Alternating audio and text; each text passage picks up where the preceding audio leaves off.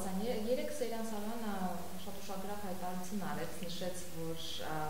գիտի ամեն դեպքում թալանչիների ում Աստված կպատժի մի քանի հոգու։ Դուք գիտեք անձամբ տեղյակ եք ում մասին եք խոսում։ Չէ, որ երևույթը կա, դա բնականաբար չեն կարող ժխտել, պարզապես բանակի ներսի կողքյան ես այդքան ծանոթ չեմ, բայց ամենայն դեպս ինձ թվում է, որ պատկամարմինները, անպատասխան մարմինները այդ երևույթները պետք է բացահայտեն, որպեսզի հանրության համար էլ ամեն ինչ պարզ լինի։ Եթե կան չարաշահումներ, դրանք պետք է մատուցվի հանրությանը։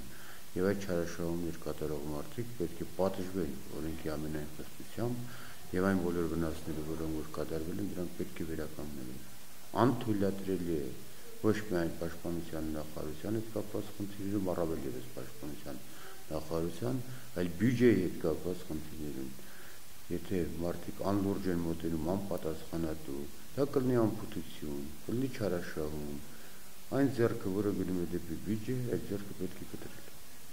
Դատախազությունը պետք է զբաղվի Սերյան Սարյանի երեկվա ելույթով, այսինքն քննության առնի կամ փորձի հասկանալ ում մասին։ Անկեղծ ասած, դա իրավաբաններին պետք է այդ հարցը տակ, այդ հայտարարությունը հիմք հանդիսանում է, որպեսզի նյութեր նախապատրաստվեն, ես իրավաբան չեմ, լավ չեմ պատկերացնում, բայց ամենայն դեպս որ պետք է հետևություններ արվի, եւ ինչու մենակ Սերյան Սարոյանը, Անդոնից բազմաթիվ տասնյակ, մի քանի տասնյակ պատգամավորներ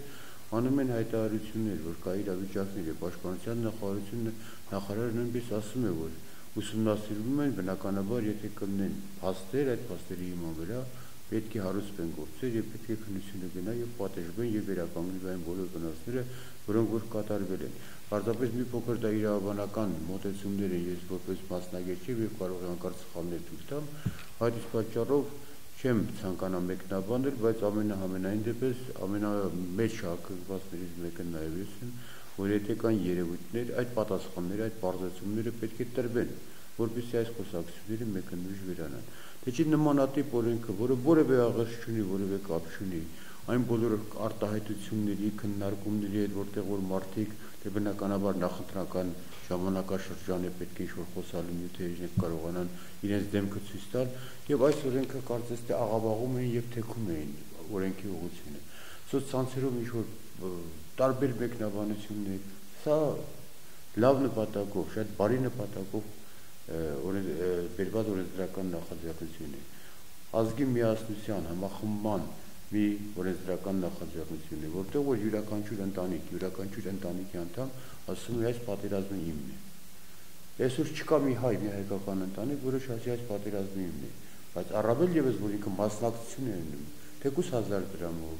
հնարավորության տեր մարդիկ ավելի մեծ հնարավորություններով, ինքը երբ որ անձնական մասնակցություն է ունենում այդ process-ին, դա արդեն դառնում է իր հարազատը։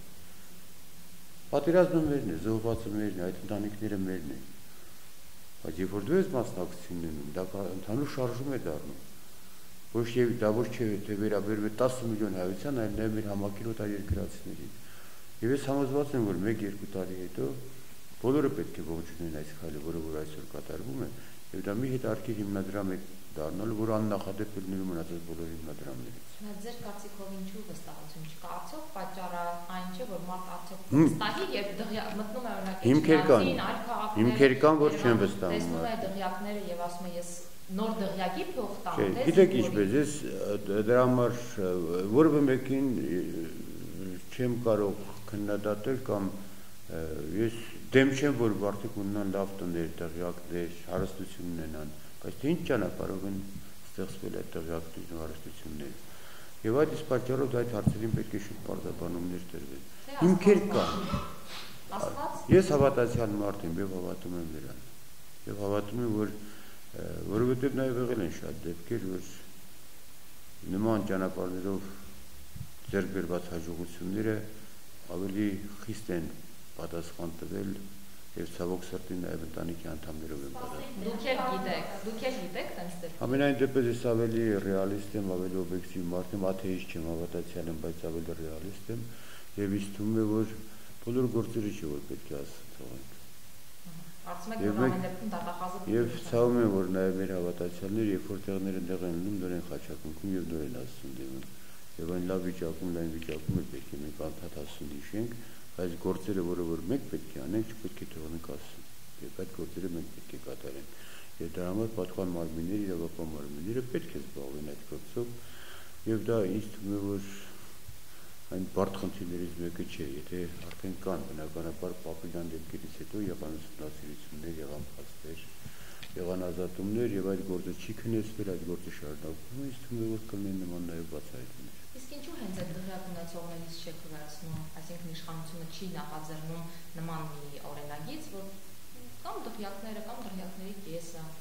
Ես չի ցանկանա այդ մասին շատ բաց խոսել, բայց ընդամենը երկու նախադասություն ինձ համար ընկալելի կլինի դες համար։ Եթե վերջին զորահանդեսը դուք տեսաք եւ համեմատեք մեր բյուջեի հետ, երևի բոլորիդ հասկանալի կլինի, որ դա մեր բյուջեի հնարավորությունների շրջանակներում չէր եւ փակենք այս խոսակցությունը։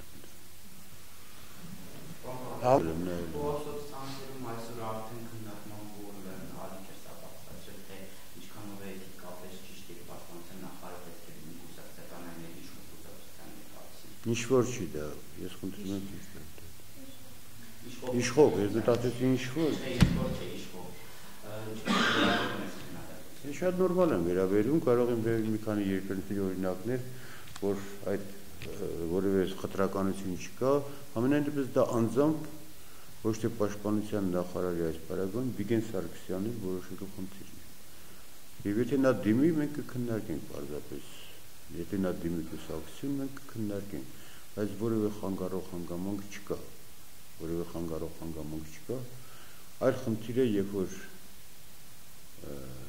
որևէ ուժային կառույցի այդ ուժային, այսինքն կամ հարկային տեսություն, կամ ինչ-որ քննիչական կամ որևէ բան, այնտեղ կարող է կուսակցական խտրականություն դնել։ Իսկ բանակը դա այդ կատեգորիային չի վերաբերում, ինձ թվում է,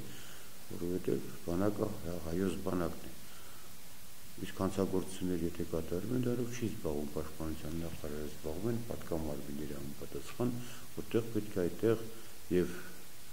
կուսակցական եւ մնացած բոլոր խտրականություններից պետք է զերծ մնալ։